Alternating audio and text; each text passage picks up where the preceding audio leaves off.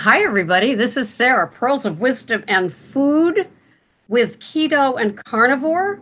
And today is episode number 8 with Girlie and the Cowboy. And here we are. Isn't this fun? Hey, Mike, how's it going? Hey, Girlie. It is a delight, as always, to spend time with you. So, here we are. We each assigned each other an interview to watch. And fortunately, they're both with people that I love and adore. So it works out really well for me. So then I have some enthusiasm going into it. And I don't feel like I need a stethoscope around my neck to decipher what the... Thank you for that. And so how has your month been?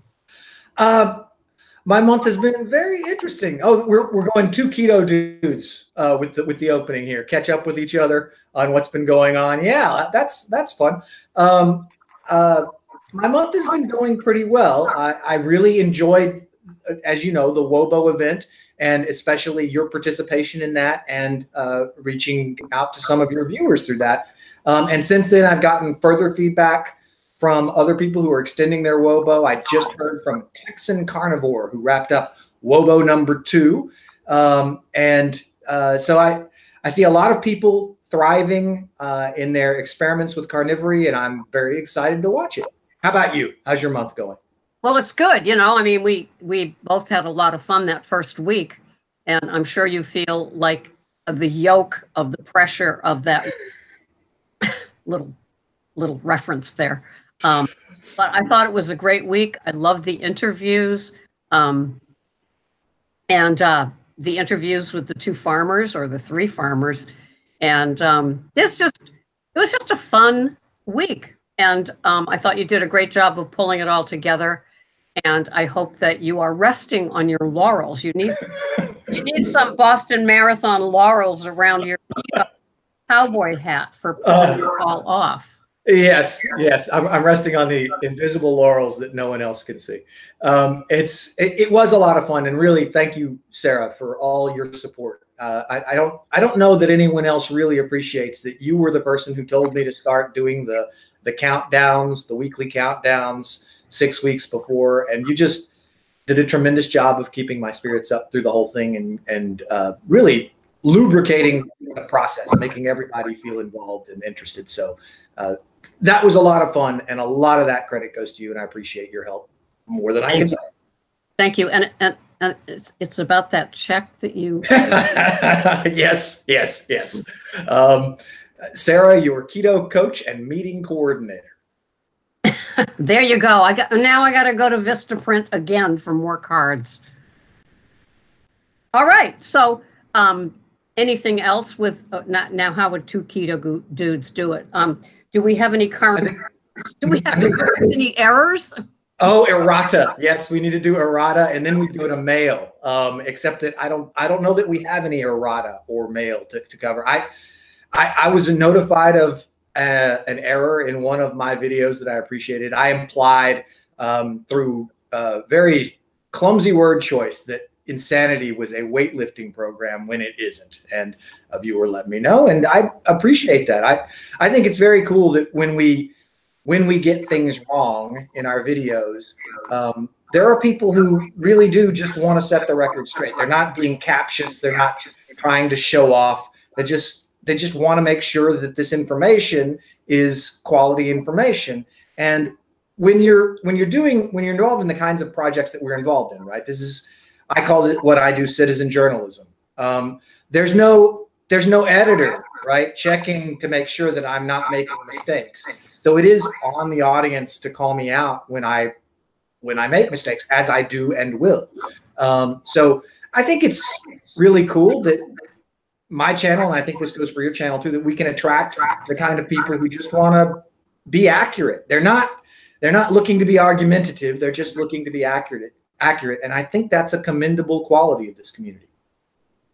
Yeah, I think that it's you know, like we talked about before, the incredible support of people in the carnivore community. And I was interviewing somebody, and it hasn't aired yet, and she said to me, Well, I don't really know if I can call myself a carnivore because I have coffee. Right.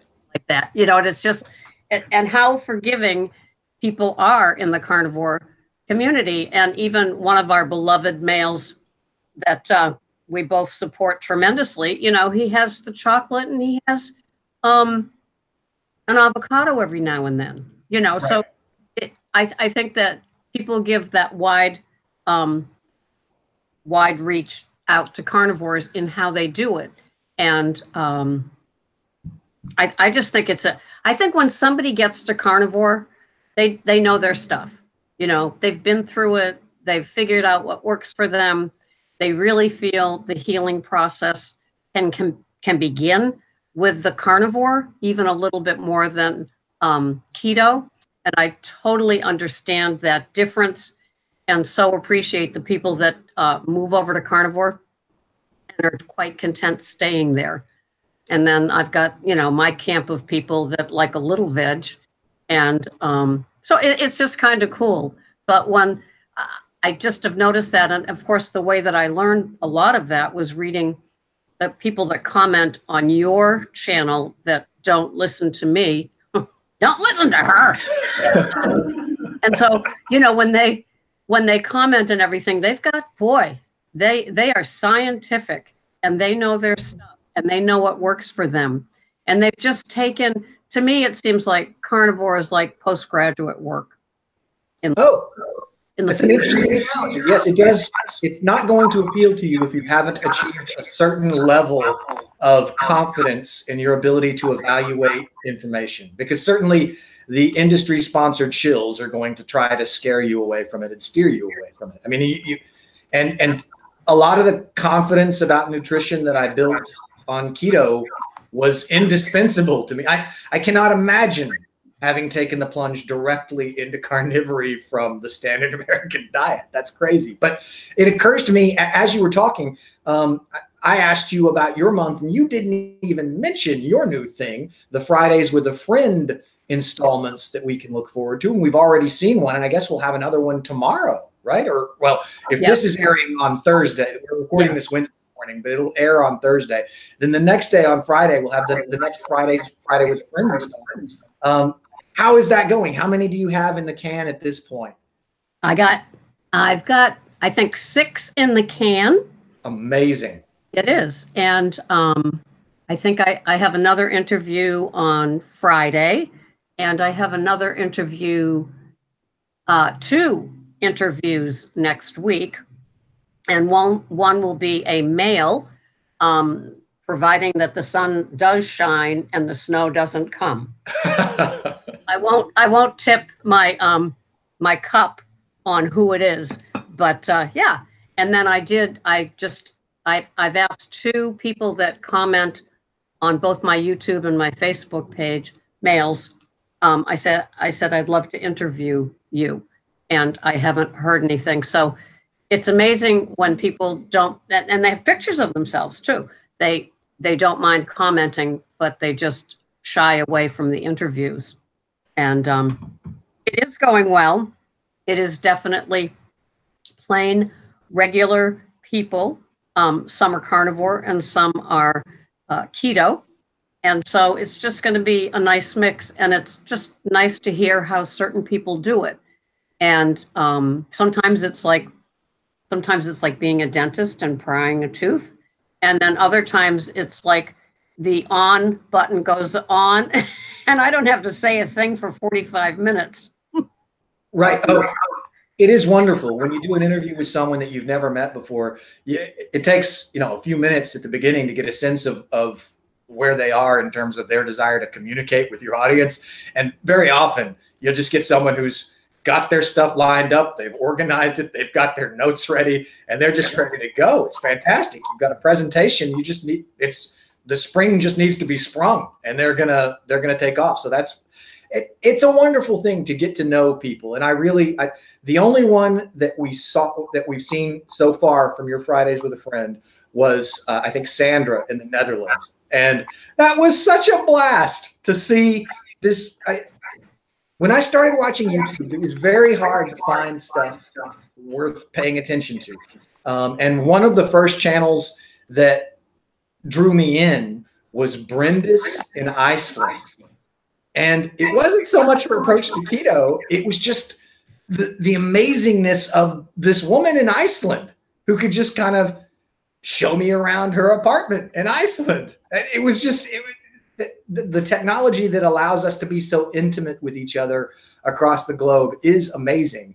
And so thank you for bringing Sandra into my computer so that I could get to know this woman from the Netherlands. That was very cool. Well, I was so excited after the interview because, of course, she leaned back and she said, you know, she's touching the Afghan on the back of the couch. And she said, and I'm like, yeah. And she goes, you know, and I don't know how she ended up saying it, but it was for you. And, right. And it was just so adorable because it's like, wow, this woman is paying attention to not only the words, but the scenery too, you know. And, right. I apologize, Sandra. We had a change of venue. In these morning sessions, it's better for me to be in the sunroom so I don't get the noise of the rest of the house. So I don't have my Afghan backdrop today, but I'll be back there soon. Well, that's funny because right behind me, on the other side of what you see is the bookcase, and then it leading into the kitchen. See the front door? Right. So I could shut my two French doors and it'll look like we're in the same place.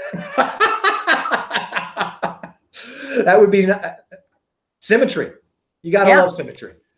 So one woman who spent some time on Cape Cod, so she said, so she misses it, of course, and she was talking about it in a glowing 30 years ago type of way. And she said, I just picture what's outside of your windows on Cape Cod, the quaintness and everything else, you know. And although we have a quaint 100-year-old house surrounded by a white picket fence, next door on the first floor is a drug dealer. and so he opens up the door, he opens up his window like he's a drive-through. And people walk up or they, you know, go down the street, get out of the car and then go. And so he's got the window open like when he's in business. And when he has to meet somebody at the end of the street, even though he's got the front door right there, he goes out the window and comes. So I told her it's not exactly as quaint as you remember it. Well, that is quite the insight into the Cape Cod community. So I'm not interested in what he's selling, and he's certainly not interested in what I'm eating. So I doubt it very much. We're not meeting anytime soon. All right. So shall we get into our little meaty interviews? Sure. Which one are we starting with? You pick it. Well, I want to make sure we spend enough time on the Phil Escott because I think that's a conversation that I've been looking forward to having with you. And I'll just say this is the video that Sarah assigned me. It was Phil Escott. I think it's episode 41 on the HBO podcast from Zach Bitter and Sean Baker. I listened to it the day it came out, so I had already heard it, but I listened to it again yesterday, and it's a rich interview for people who want to think about keto in keto carnivore diet, let's say, in a larger context, a context that the word that Phil keeps using is woo-woo. He talks about woo-woo ideas a lot. And I think, you know, picking your brain about your response to some of his more woo-woo notions will be interesting on letting people figure out where they come down on this stuff. And the main thing I'd say is that I will share some opinions in the course of this conversation that may seem critical of Phil Escott, but I like Phil Escott. We follow each other on Twitter. He's a great guy. I don't necessarily subscribe to all the stuff he promotes. I don't necessarily reject it. But it's problematic because we do kind of leave behind, it seems like we leave behind not necessarily objective reality, but the reality that I know how to measure according to my preconceived notions. And we get into this different reality that might be a more perfect reality, might hit the mechanisms that he sees as being in play. And I'll give an example later, but I want to get I don't want to bog down in my analysis first. I want to get your feedback. And we can get into some of the specific things he says, but what did you specifically want to focus on from that interview? Well, you know, it's funny because he has a lot of woo-woo things, but then he also has like so many incredible things. Phil was born in 1962. He spent many, many years in transcendental meditation. Is that how I say it? TM. Yep. And a yogi community. And it sounds like he still lives in some sort of community now, although I don't think it's that yogi community. So part of his reality is what he did with his mother with her breast cancer. And then the woo-woo stuff I really like, you know, sleeping in a dark room and no electronics. And then there's another thing, having the blue blocking eyeglasses that he talks about. And he talks about TV and kids. So he kind of pulls in all the other things. And I think he's a carnivore right now, and he's liking it. Right. It's working for him. It's a big part of his success. And he knows that it'll be successful for other people, even if they don't adopt the other woo-woo components of his worldview.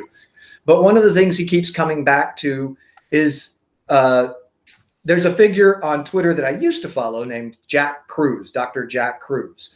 And Kruse apparently has said to Phil on multiple occasions, the world's got plenty of diet gurus. You need to be a light guru. And Kruse is very much about sunshine and sunlight, and not just to say that it's about vitamin D from UVA radiation is to miss the point of Jack Kruse. It goes way deeper than that for Kruse. He's talking about stuff on the, you know, the photon level, the subatomic level of stuff, the way that it reacts with you.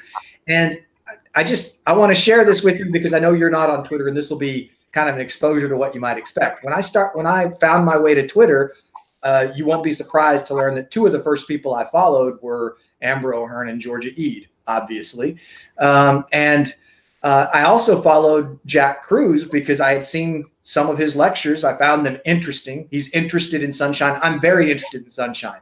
My interest is way cruder than his. I think you should get some. I don't really talk about what happens on the cellular level once you've gone below the skin. I mean, I don't really understand. I don't even pretend to understand that stuff. But he has these really strong opinions. And on Twitter, the first thing I saw him do, I'm following his account, the first thing I saw him do was mock Georgia Ede, which didn't exactly play well with me. But I don't know the context of that. You know, maybe they have a history and there's a reason there. And, you know, I thought, do I want to be following this guy? I don't know. And I reminded myself of Atkins, because Atkins knew some really important stuff about nutrition, and he was a really abrasive guy. And that didn't make it, being abrasive doesn't make him wrong. But he could have made more friends. He could have been better at winning friends and influencing people. Even if he couldn't have improved much on his approach to nutrition, he could have done that. And he didn't. He kind of rubbed people the wrong way. And this Kruse guy he rubbed Georgia Ede the wrong way, and she was civil enough to reply. And I thought his commentary on a new blog post she had released was rude enough that I would have muted or blocked the guy. I wouldn't have messed with him. She was civil, and I thought, okay, they're adults. It's between them. I don't have to choose sides here. I'm going to keep watching. And then the next thing I saw was him commenting on something from Amber O'Hearn, telling her that she needed to read something. And the contempt with which she answered him was, I'm not going to read that. I think it was a blog post back to his own work. And she said, I'm not going to read that. And not because I'm not interested in this. I mean, it was pretty clear that her response was, I'm not reading that because I don't hold your research in very high regard. So here are two people that I esteem quite highly, right? Ede and O'Hearn. And they're not having pleasant interactions with Kruse. And I got to say, at this point, I'm not an expert. I don't feel like I need to get to the bottom of who's right here. I know I've already hitched my wagon to the star that is Georgia Ede. And so I'm not really all that interested in getting to the bottom of who's right here. I've pretty well decided who I'm following. So I let Cruz go. And then I keep following a lot of people on Twitter, like Phil Escott, and I can name some others, but I won't because I don't want to drag more people into this conversation than is necessary. But I follow, I'll just say, at least a dozen people on Twitter who hold Cruz in high regard. And so I keep hearing about his stuff from them, but my decision to unfollow him was he's not making me like him more by following him. Like I want to be open to his ideas, and the best way to remain open is to quit seeing him badmouth people I like.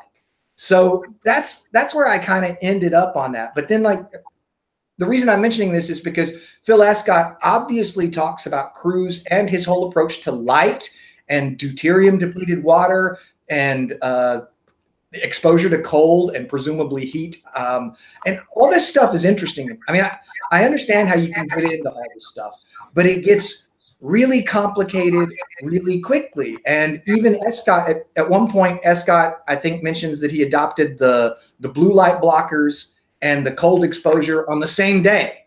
And when you do that stuff, I just think you're setting yourself up to be really confused. Like, I feel great ever since I started wearing the blue light blockers and taking the cold showers. Okay. What if it's just one of those things that's making you feel great?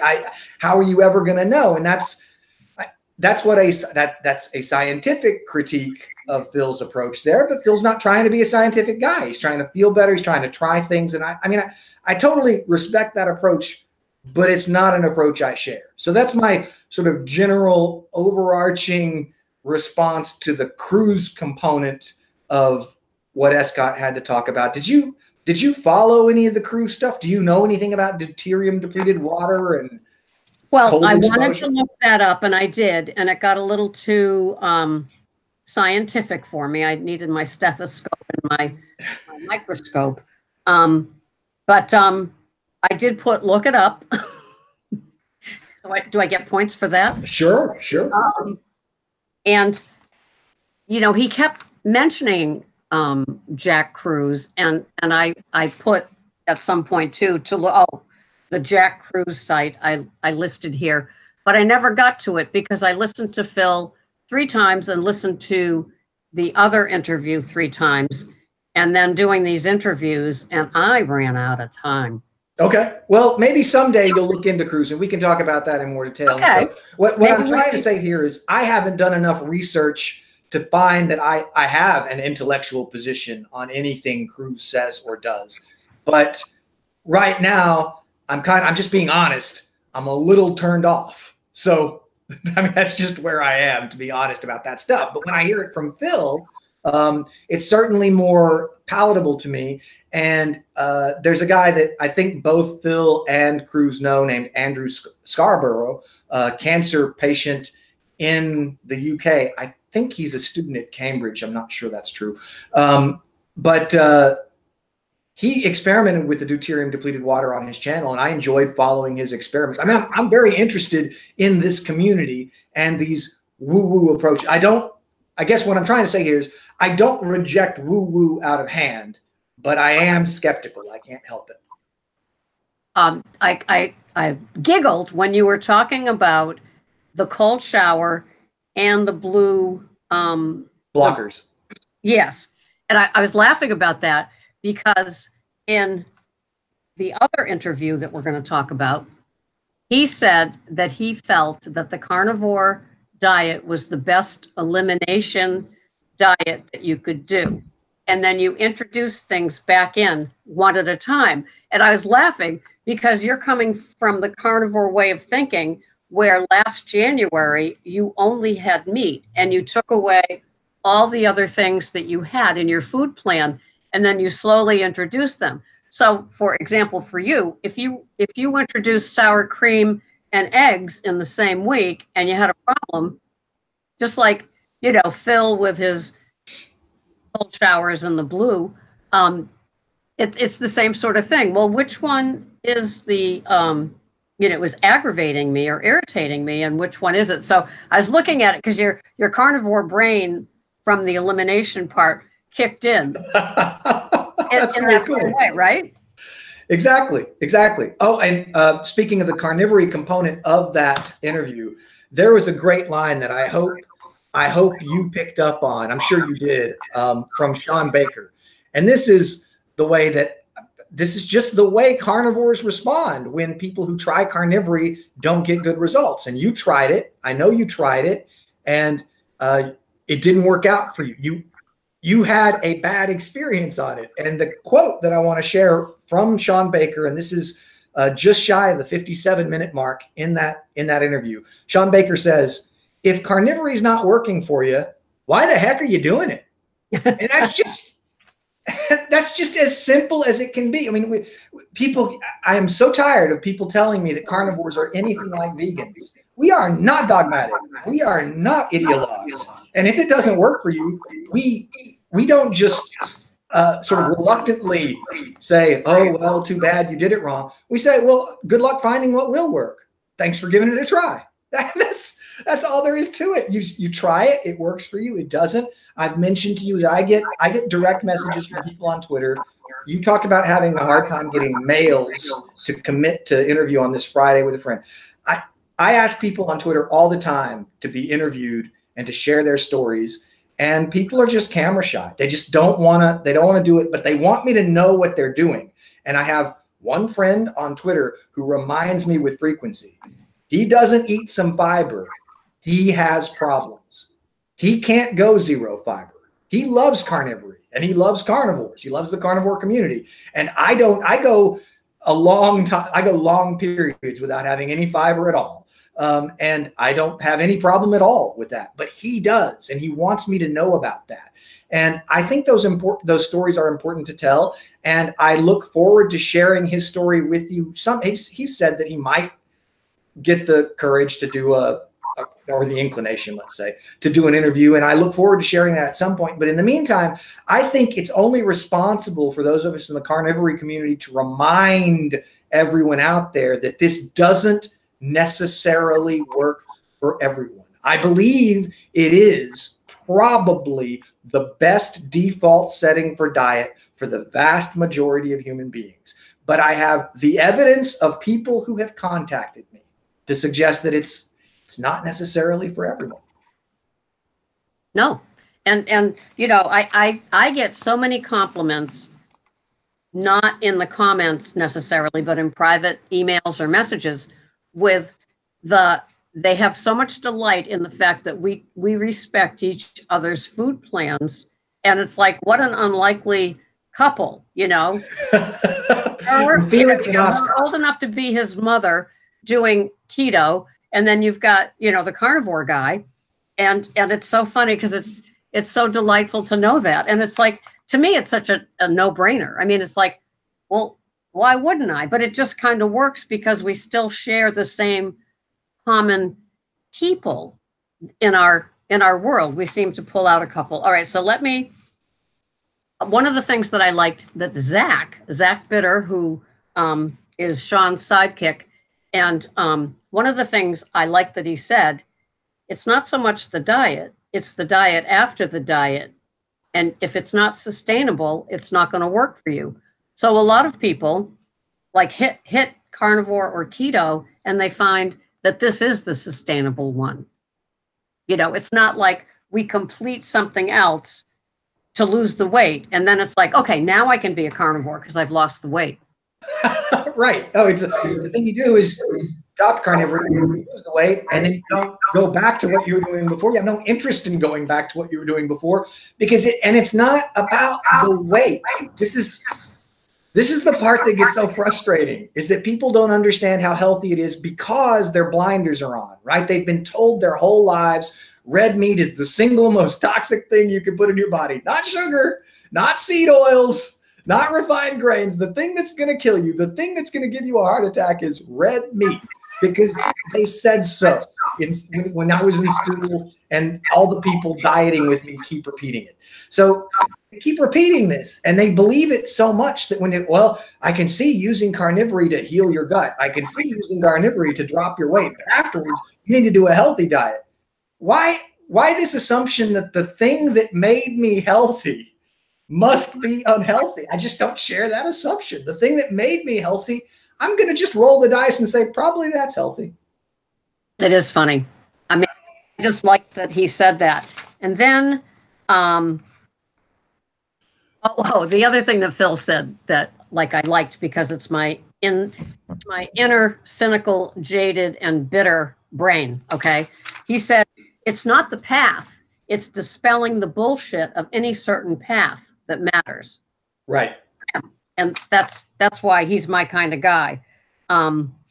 Because it's like the minute that my nose detects BS, it's like, okay, now, are we going to see the products at the end of this or what? I mean, it's just, and so he's kind of got that going, even though he's woo-woo, because sometimes, I've been around people that are woo-woo and they've just got this 100% acceptance of everybody doing whatever they're doing. And it's kind of like, do you smoke pot or something? Because you're just so accepting of everything. And it's like, I see the BS. Right.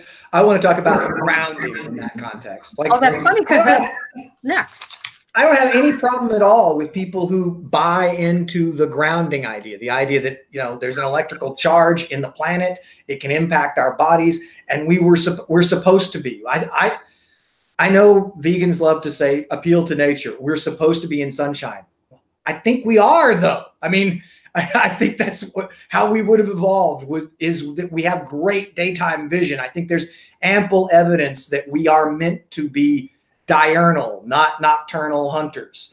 I know myself, I can see practically nothing in the dark. So it doesn't make any sense that that's when I'm supposed to be out doing things. That's when I would go out and injure myself. So I think, yes, we're supposed to be outside. And if we're supposed to be outside, are we supposed to have our feet on the planet?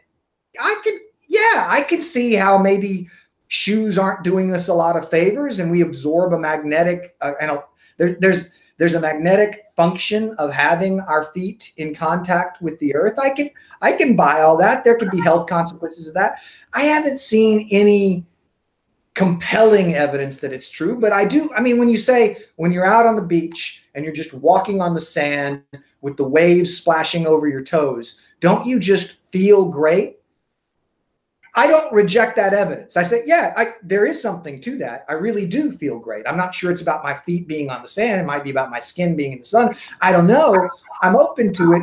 And I'm interested in what you have to say until you want to sell me a grounding blanket, right? As soon as you want to sell me something that has a long cord that I stake into the ground that's going to transfer the as soon as there's something for me to buy, that's when I start to get suspicious of your plan. So when your nose detects that BS, as soon as there's a sales pitch that comes with it. And one of the things that makes Phil really likable is that he'll talk about this stuff, but then he doesn't have a grounding blanket to sell you. And he's not trying to sell you a particular blue light blocker. I remember he mentioned a particular program that he and his wife use to modify the light content of their computer, but it didn't sound like he was trying to get a commission from that. This is a solution I found that works. And those discussions, I have great patience for that. But as soon as you become Dr. Mercola, right? As soon as we're going to have an interview today with this person, and it's going to seem like in the first 10 minutes, we're talking about the intellectual content of what this person has to say. No, that's just an infomercial setup. Because at the end, we're going to be selling hard. And that stuff just, it does not hold my attention. It makes you cold. Yes, it does. It makes me cold. We have, we're halfway through. Okay. Over 30 minutes into it.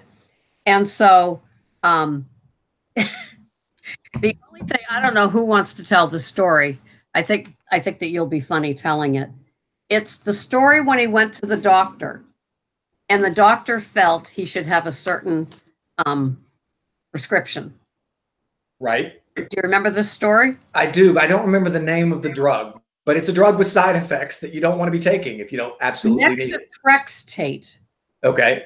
And he said his mouth was frothing when he talks about this. Do you want to tell this story about the doctor? No, I think you've got it. You've got the most important point. Okay. So what I also loved about this story is that he's in this hospital and all he's smelling is toast, biscuits, and butter. And that was making him, but that's an aside.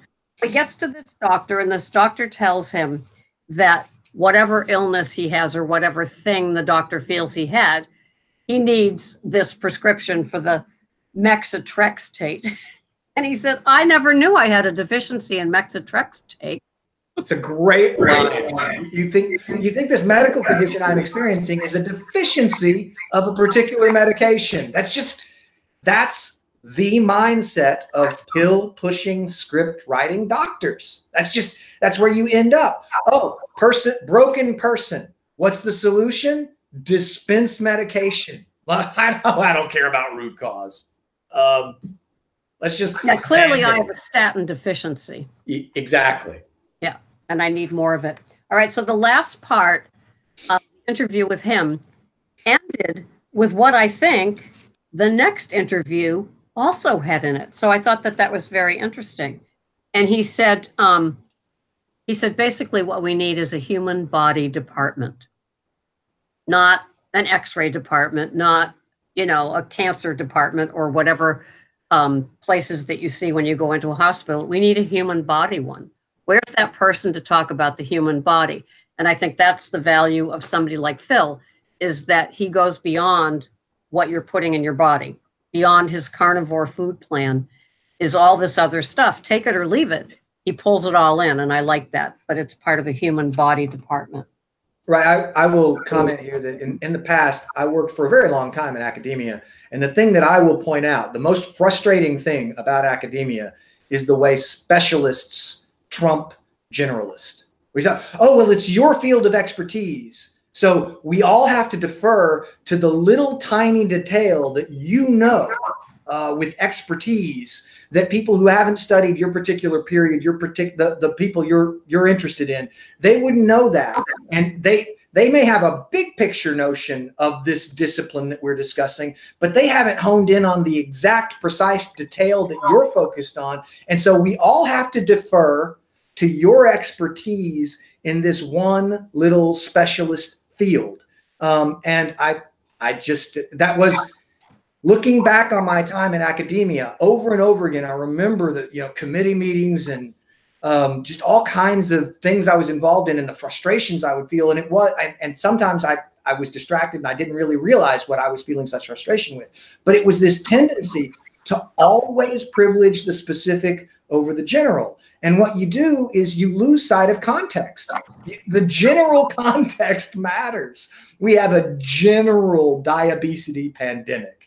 And I get, trolls on my channel. And if I say something that isn't 100% borne out by every bit of the scientific literature, I get some troll hitting me with, well, here's a study that contradicts what you said there. All right. In that specific case, there was someone interested in hacking a p-value in a particular way to bury the signal in the noise and generate this conclusion. But that exists, and good for you for knowing that study. But that doesn't change the fact that we have a global diabetes pandemic, and it is driven by malnutrition. It is not driven by a statin deficiency, and it certainly isn't driven by a gym deficiency.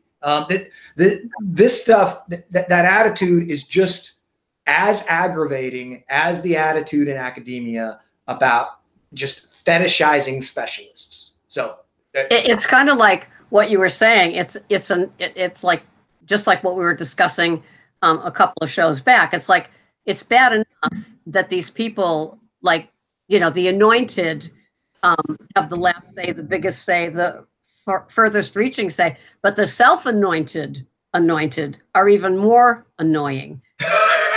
Yes. Oh, man, the way you say this, the self-anointed anointed, I want to say the self-appointed anointed. There's a whole group of people on YouTube that fall into this category for me. They are the self-appointed anointed. They know everything, and they're just going to straighten everybody out. And I hope we have time. That's not on the docket for today's discussion. But if we end up short on needing to fill out for the hour, I'll come back to that. I'm gonna write down self-appointed anointed, but I don't want to throw us off our track. That would be great for the next time. And what I love are those people, and they comment on your page, and it's like, I'm telling you this, you're very lucky. I got here just in time to see. Oh God, yes, that's the comment. You were 48 and fat and sick. You had ridiculously high blood pressure. Your gut was hanging out over your pants. You felt miserable and depressed all the time. And you did this keto thing, and then you did this carnivore thing, and now you're talking about how much better shape you're in, but none of that stuff you did was relevant. Really, you need to be using this. I found this, and this solved my life, and if only you take 2 of these a day. Oh, God, that attitude is insufferable. Insufferable. All right. Interview number 2, also with the Human Performance Outliers, Zach Bitter and Sean Baker. And this was who you chose. Right. Go ahead. Go ahead. Well, I chose it because I find Mark Sisson to be a kind of a really worthy figure for me to think about.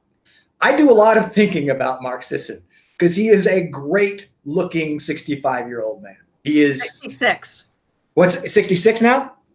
Oh, okay. So he is well ahead of me in terms of years, and yet way healthier than I am. And so I pay attention to people in my cohort. Ted Naiman, I think, is 48 now, may still be 47. Sean Baker just turned 52. So if Naiman's 48 and Baker's 52, I'm 50. I'm right between Naiman and Baker, and obviously nothing like either one of them in terms of physique. But that doesn't keep me from admiring their physiques and thinking, wow, look at what Baker is like, and he's 2 years older than I am. Wow, I wish I had started calisthenics when Ted Naiman started calisthenics so that my body wasn't such a sort of didn't compare so unfavorably to Naiman's. But the thing that mainly interests me about Sisson, the reason I like to see him and see his sharp brain, he's an excellent writer. His blog, that Mark's Daily Apple thing, that's one of the best resources for information on nutrition on the internet, and it's been so for a very long time. So first, I want to make it clear, I think Sisson's a very admirable fellow. And I think it's important for guys like me who never were world-class athletes. And Sisson was a world-class athlete in his time. And I never was and never aspired to be a world-class athlete. And I need to bear that in mind, right? I'm not working with the same raw material that Sisson has to work with. And so it can be easy. It can be tempting for me to say, I don't want to think about him. That's not realistic. But there's a lot about what he does that is realistic for me. And so, no, I'm not going to be disappointed with myself if in my mid-60s, I don't look as good as Mark Sisson. I don't anticipate looking as good in my mid-60s as Mark Sisson. But I'm going to try. I mean, this is part of what makes Sisson compelling to me. He inspires me. He motivates. I mean, yeah, all right. I bet you when I'm 65, Sisson will be 80, and he will look better at 80 than I look at 65. And that can just make you throw in the towel. But I think it's really important for us not to do that and to say, look, here's a positive role model. I need to take from that what I can. And I know it's a very fuzzy sort of vague way of talking about what Sisson means to me, but I think it's important. I mean, I think it's important for us to have if you're younger than Naiman, you need to be looking at Naiman. I am slightly younger than Baker. I need to be looking at Baker. I need to be looking at figures like Mark Sisson.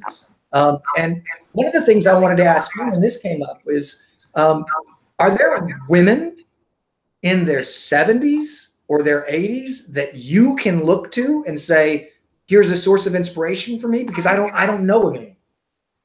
Well, Elon Musk's mother is gorgeous. She's a model. Okay. How old is she? She's in her 70s. Fantastic. I will look into that. Yeah, she does modeling contracts. When you see an older woman with white hair, in like, I'm not sure who she has her contract with, but it's a regular thing like Cover Girl or something like that. You know, you will see her and she's just drop dead gorgeous, lucky. But yeah, I would say that my clients and my, they do comment on my YouTube channel, but we have personal relationships with emails and things like that and phone calls over here. And they're in their 70s and, you know, they capture me because they're just those few years ahead. It's like, you know, if you're 80, that's great. But I'm kind of looking at the, you know, 70 to 75-year-old women. Right. The short-term time, in the 5 to 7 years, right? That time frame is very good to focus on. And I think Sisson is a great model for that. And what were the there's a certain part of the interview that I'm itching to talk about, but I don't want to go there too quickly. So what was the part of the interview that you found most interesting? I'm glad you enjoyed it. Well, what I did like and appreciate was that Zach had more of an input into the whole hour long that it was. Usually he's outweighed by the person being interviewed and then Sean with his commentary, but Zach actually spoke an awful lot and he's done his work. And I think that part of that is because Mark was an elite marathon runner. Yep. And so is Zach. And Mark is 66 and Zach is, I think, 32. And could be. I don't know. Yeah. And so it was great because you could tell that it was Zach's moment to learn an awful lot about Mark, who he's probably admired forever. Sure. Talk about things. And there was that part. So Mark doesn't do, you know, marathons anymore. He's more of a sprint thing. He likes his volleyball on the beach and things like that. And he was kind of saying that a lot of elite athletes give up their health to be an elite athlete. And I thought that was very telling because when you do see these people, and it was funny because he talked about winning a marathon and he was talking about how many miles he ran and he was comparing himself to Bill Rogers, who comes from the Boston Marathon of years back, and how many miles he was running every week and how Mark was trying to get up there. And he ran in the New York Marathon, I guess, and he came in 48th. And he was one of the first, you know, he was like, that's one of the first Americans that won. Like the other ones were all from foreign countries and just obviously spent the whole year training. But then Zach said it was telling. And it's so funny because it's not about, well, it's about being an athlete. And Zach said, yes, he does see the diminishing returns of being an elite athlete every year. And I thought that that was interesting because Mark gave up the running and realized that it's not good for his health. And here's Zach at the very peak of his career in doing it, seeing it. So I thought that was interesting. So why don't you get on to yours? Because I've still got a whole bunch of stuff, but that was the part. Okay. Well, and that argument, I mean, I understand that argument. I want to comment on that because I've seen this claim and I know I've heard it from all kinds of people, experts, especially when they come from athletic backgrounds. They're going to say that you need to choose between optimizing for performance and optimizing for longevity. You make a choice that if you want to be elite in whatever sport you're doing, you are going to have to do some things that will compromise your longevity. And I'm not sure that's true. I mean, I know Sisson and Zach Bitter would seem to be examples that it is, but maybe that's specific to distance running. And I'm just skeptical of this idea that what's healthy can only be healthy either for performance or for longevity. I don't want to rule out the idea that people who are elite athletes like Sean Baker can live very long lives. And in fact, what Sean Baker's doing to make it, he can do a 42-inch box jump.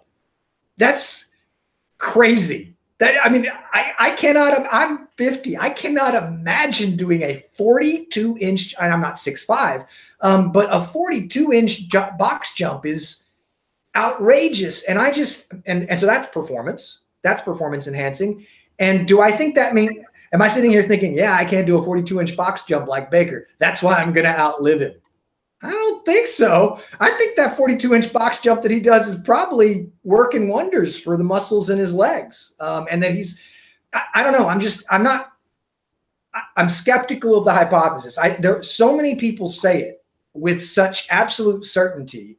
And they come from a background that gives them expertise that I don't have. And I'm inclined to defer to them, but there's part of me that says, I don't know that that's true. I think maybe optimizing for performance could be optimizing for longevity if what you're doing is fundamentally healthy. I think when Zach Bitter runs 100 miles at a single stretch, maybe we should remember that the first guy, the reason we call a marathon is because of a Greek soldier who ran to the city of Marathon or from the city of Marathon, 26 miles, and delivered a message and died. That's the first marathon runner. And maybe that should tell you something about how great this sport is. I mean, maybe it's just not an inherently great thing to be doing, to be running 100 miles in 12 hours. Maybe it's impressive, but maybe that's just not something we're built to do. You gotta pick, because it's based, I think, on this paleo idea of we're daytime persistent hunters. We would run down game. We can sweat. The game can't. I follow the logic, the paleo logic of it, but I think, this is just my theory, 2 million years ago, if we ran after a creature that we had to keep running after for 12 solid hours for 100 miles, I think the next time we would think, let's hunt something else. Let's maybe pick a different creature to run after. That would be, I don't know, that would be my take on it. So I just don't know that that's fundamentally a healthy pursuit. And I'm talking out of my field of expertise here. I'm sure I'm going to get some negative pushback from some people who are big time defenders of runners. Ooh, I hope I didn't offend Jim Caldwell. He's a big distance runner. So, I don't know. I don't know about that. But all right. So the point I wanted to make about Sisson, the one you set me up for, is that he sold Primal Kitchen which is his paleo food production company. He sold Primal Kitchen to Kraft Heinz for $200 million. Congrats, Mark Sisson. I wish you the best of luck with that money. And they've retained him as a consultant for the next 2 years. So he's going to be a cheerleader for Kraft Heinz owning his product. And he said there's new stuff in the work and he's excited. And he's built sort of bylaws into the company charter that must be respected so we can have great faith in the health of this product going forward. And he and Sean Baker and Zach Bitter all seem to agree. You'd have to be an idiot to think that Kraft Heinz would blow it. Now, the whole point of buying his company was to promote healthy food. So they're obviously going to respect his healthy agenda. And maybe they will, and I certainly hope they do. But my bet is that if you just ask me, 10 years from now, in 2029, would Mark Sisson be willing to eat the Primal Kitchen mayo produced by Kraft Heinz? I'm betting not. It's what they do. It's what big food does, is it finds ways to cut corners and it cheapens ingredients and it'll put out. And so I don't know if the original Ben & Jerry's ice cream, which set itself apart from other ice creams, I really don't know the history of it. I don't know if there was any soybean oil in that ice cream when Ben & Jerry made it, but I'm going to bet you there wasn't. I'm going to bet you they used premium ingredients that were dairy-based. And they sold Ben & Jerry's ice cream to Unilever. And of course, why did Unilever buy Ben & Jerry's? So that they could have a premium ice cream made with quality ingredients. Check the ingredients on your Ben & Jerry ice cream, and you're going to see expeller-pressed soybean oil in that ice cream. I don't know. I'm saying this honestly. I haven't looked it up. But I'm telling you, I suspect that's a change that comes when Unilever buys and I'm not saying ice cream is healthy food, but I'm willing to concede that quality ice cream is less deleterious than junk ice cream. And I suspect that something like that expeller pressed soybean oil, which you can defend, oh, this is cold pressed. It doesn't have the toxicity of the soybean oil that's made in the heat. It's not rancid like that. Screw that. I don't want your soybean oil. I don't care how you get your soybean oil. I don't want it. And I'm just, my theory is, and maybe there will be flagship products like the Primal Kitchen Mayo that never change. But my take, I bet, maybe this just makes me too cynical, and I know I have viewers on my channel who've already chased me for this. You got to have faith in Mark. Mark's a good guy.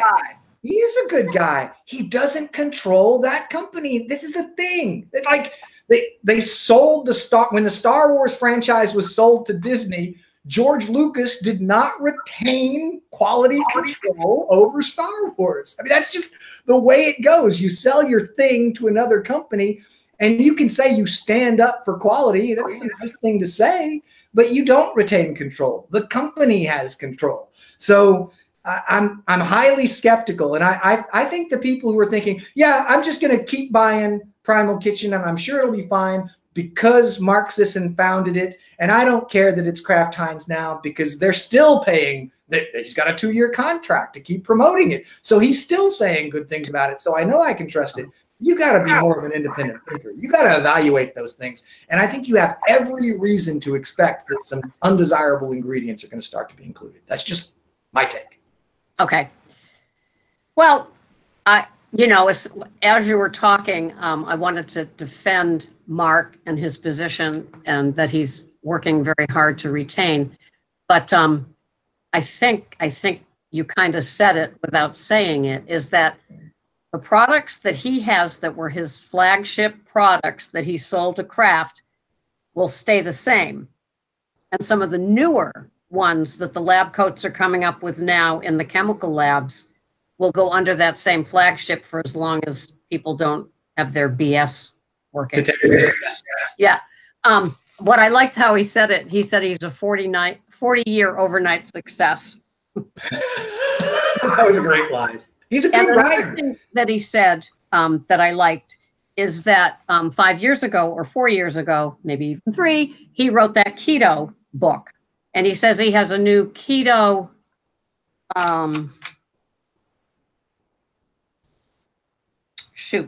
has a Keto longevity book coming out next year. But one of the things that he would, that was his like call to action for people to do, was to give up grains and sugars. And now he says it would be seed oils. So that probably came from his 3 years of working with his mayonnaise and his salad dressings and things like that. I do think that he's going to try to stay as committed and pure as he possibly can. And he talked about it that way. He said, anybody that starts a company now, when he goes to those food expos like in Vegas and stuff, he said that those companies will be bought up. He said he thinks that the dollar that's being spent now is showing. And he talked about it. It's called a better for you space in markets and things like that, and in the market. And I like that because it probably is. I'm willing, like when I buy my macadamia nut oil, it costs a whole lot more than that canola oil in that big Wesson jug at the box store. And I'm willing to pay for that. I'm willing to pay for organic coffee that I wasn't, doing before. I'm willing to pay more for my, Jim knows the name, I don't, Gerstoller or my San Pellegrino water. I'm willing to pay more for that than I am the flavored spring waters that don't have any minerals in them. So I understand the better for you shelving and market. And he said that too. And he said, why would they purchase us to, ruin us? And I think that in the old days, those sort of companies like Pete and Jerry's, Pete and Jerry's, that's the eggs. I finally said it right. Ben and Jerry's, they were probably taken off the market and messed with the soybean oil from marketing practices back then. Do you know what I'm saying? Right. So you think now there's a better chance. Right. And when I became an almond breeze drinker of the cashew milk, the almond milk, and the almond cashew milk. And when the man sold his almond breeze, he sold it as an organic nut milk company, right? And the deal was they were supposed to keep it organic, which they probably did until the first day after that contract or waiver ran out. and now it's not. And so it's just very interesting. But I think that today's food market with food dollars is going to be more in Mark's favor than the markets of just a few years ago or 10 years ago, where companies were bought just to squash them. And that Mark saw when people were willing to pay $10 for my mayonnaise, they'd been waiting for it. And he said that in the interview. And I agree with that, because I will spend my dollars on that, like some people will the grass-fed meat. I also loved how the two of them, not so much Zach, but Mark and Sean, consider themselves Luddite with technical things. Right. And when and Mark Sisson feels that all those wearables are useless. I love the line on wearables. I loved his line, his anti-wearable Luddite line, because I share it, man. I see people tracking their steps, and you hear them talk about it. You hear people who are tracking their steps, and they're like, "Oh, and if you swing your arm this way, I can make it think I'm doing steps when I'm just whisking eggs." Like the point of the day becomes tricking your device into saying you did more work than you did. What are you doing? What is the game that you're playing there? And I'm not saying wearables are useless for everybody. And certainly the continuous glucose monitor, like Georgia Ede wrote a whole article recently sort of singing the praises of the value of the continuous glucose monitor.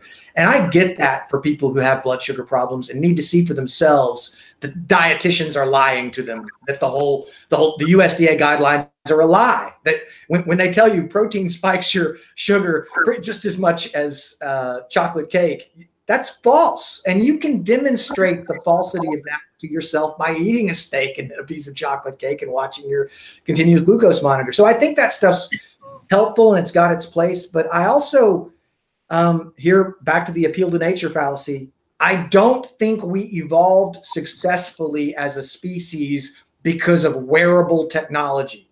I think we have internal mechanisms that are very sophisticated, far more sophisticated than any wearable can ever be. And I think our time is better spent learning what hormonal signals our bodies are trying to send us than trying to buy a ring or a wrist strap or some kind of permanent implant to monitor something. I'm not saying that stuff is always wrong for everybody, but I don't want any of it. I share that Luddite anti-wearable sort of outlook.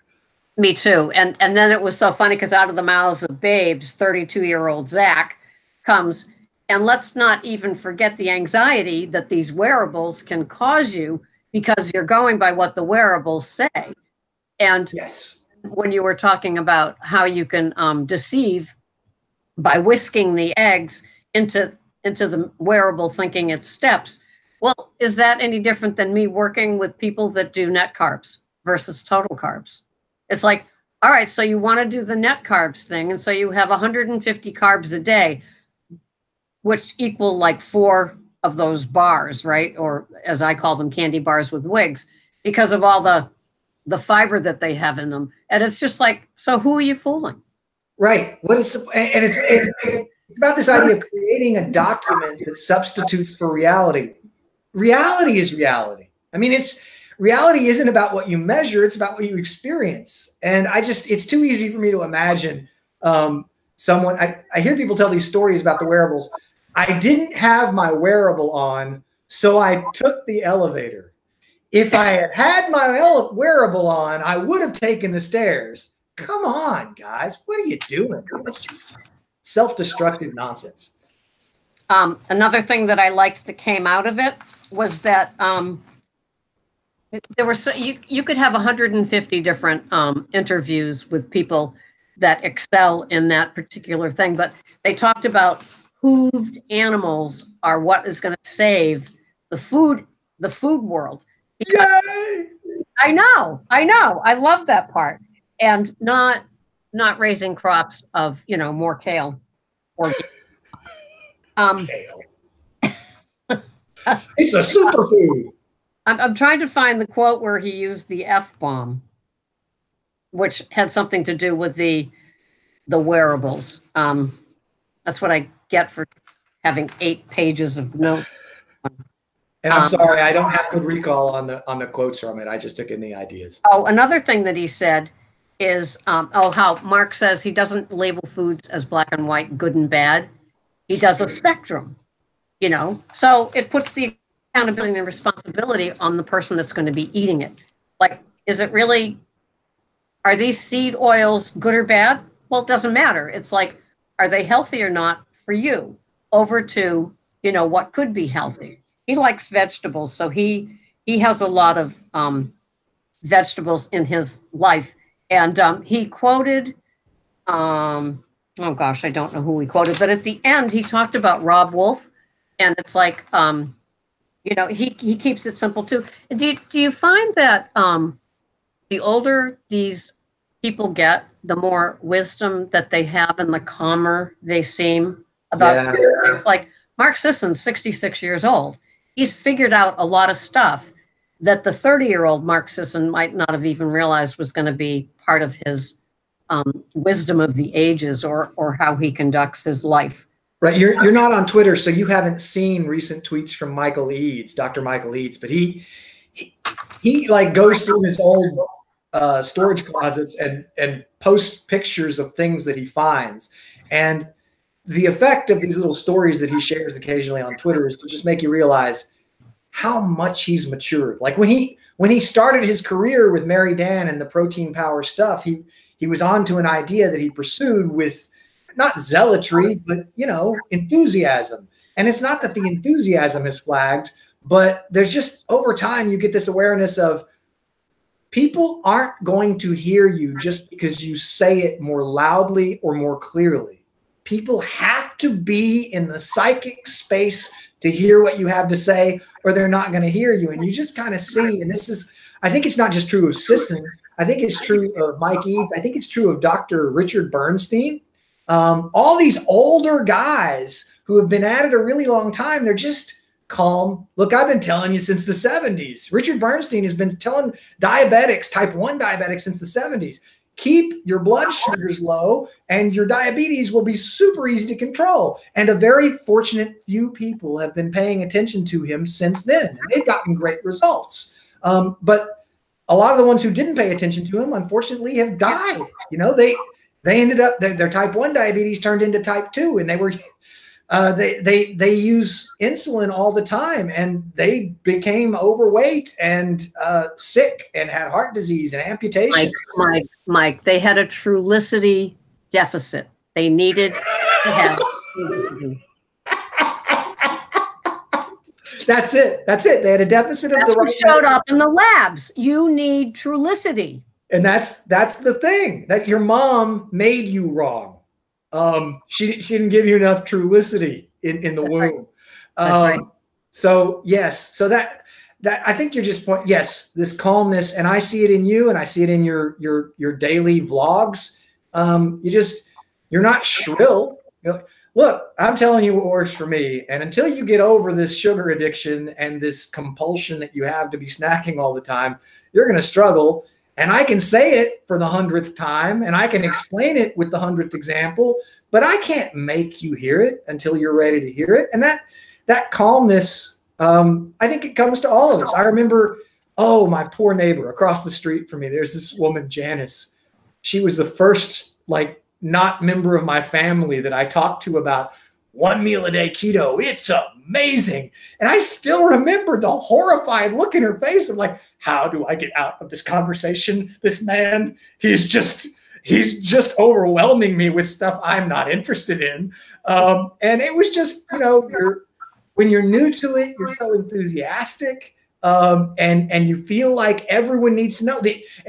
You feel like everyone needs to know. And the thing that's going to help them know is you telling them. And that's the mistake. They don't need to hear it from you. They just need to learn it for themselves. And that's going to take time. And they're all going to take their paths getting there. And that's part of the calmness that comes with maturing into this approach to nutrition. And that's their right. Yeah, absolutely. Not only their right, but I mean, what if I had been Janet, right? I was in a position to hear Gary Taub's message about sugar because I was alarmed about my blood pressure. And then after my brother played that book for me as an audio book, he started talking to me about keto. And I was receptive. But what if I hadn't been overweight? What if I hadn't had alarming blood pressure? What if I just listened to the book and thought, oh, that's an interesting book. Thank you. And then my brother had started in on keto. I would have just tuned him out. I mean, I just would have. It's not that you need a special, it's not about being smarter. I have the exact same brain, right? That I had. Well, brain chemistry changes on food, but before I made the change, my brain was the same that it had been the day before.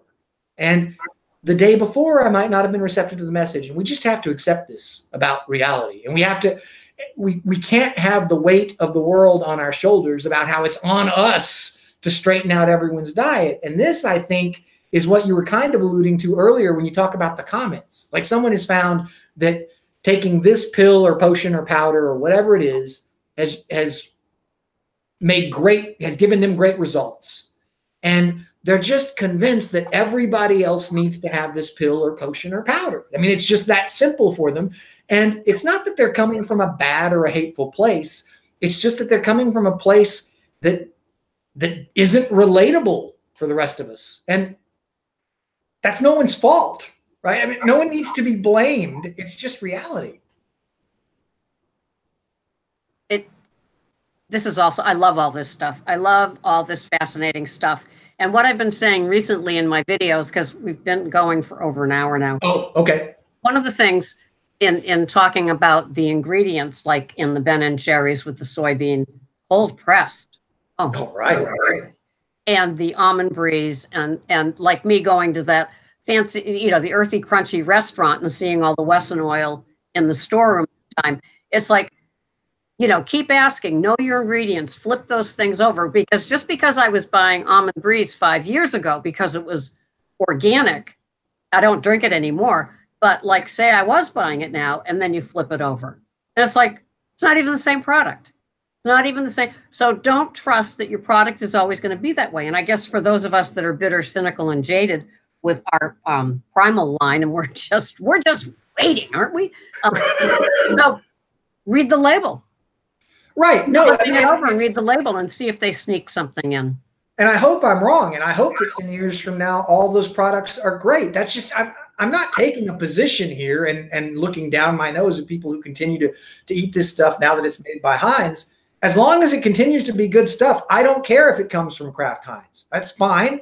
But when it changes, I hope you're alert to the change. If it changes, which I think it's a matter of when, some people think it's a matter of if, okay, let's see. And when the change happens, don't say, oh, well, but there's a special study about this special soybean oil, and Mark Sisson says it's okay, and they only paid him $100,000 this month to say it's okay, and so I'll just accept it. That's fine. Just don't get into that.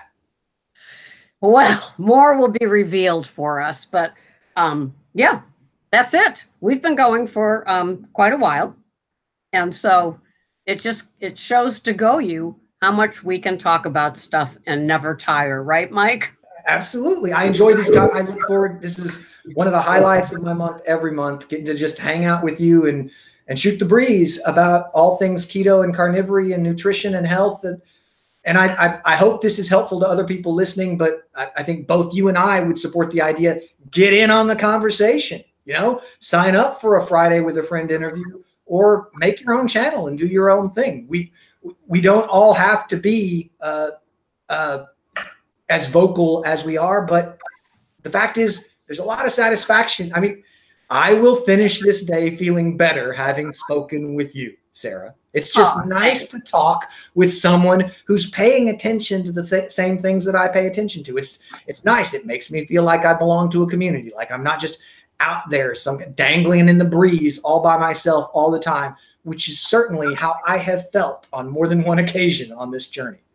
I know exactly what you mean, but it's time for you to get out in the sun. Absolutely. Thank you, Girlie. Thanks for hosting. Yes, and I'm going to say goodbye to everybody now, and thank you, Cowboy, again. episode number 8. We are showing it can work, and we will both see you next month. Thank you for watching.